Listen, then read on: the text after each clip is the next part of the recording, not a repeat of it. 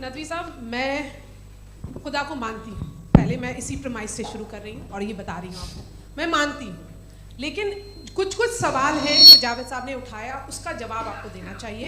पहला सवाल ये कि गज़ा में सालों से छोटे बच्चे मर रहे हैं, वो उनको अगर खुदा मर्सीफुल है, हम मानते हैं कि अल्लाह ताला में बहुत ताकत है, तो वो बच्चे क्यों मर रहे हैं। दूसरी बात ये कि अगर कंटिजेंसी की जो आप बात करते हैं, पूरे मुस्लिम ममालिक मिल करके भी उन गज़ा के बच्चों को क्यों नहीं बचा पा रहे हैं, क्योंकि अगर वो चाहते, क्योंकि अल्लाह ताला उन पर हुकूमत करते हैं, सब पर हुकूमत करते हैं, तो वो उनको क्यों नहीं बचा। जी, थैंक यू वेरी मच।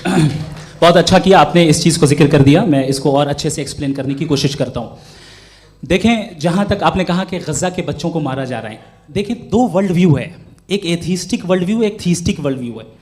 बच्चे मर रहे हैं दोनों वर्ल्ड व्यू में, लेकिन हमारा वर्ल्ड व्यू कह रहा है कि रिकॉम्पेंस है, ये कह रहे हैं कि उनका मरना बेकार जाने वाला है, कोई उसका रिकॉम्पेंस नहीं है, चूंकि इनके यहाँ आखिरत और अल्लाह का कोई तसव्वुर या गॉड का कोई तसव्वुर नहीं है।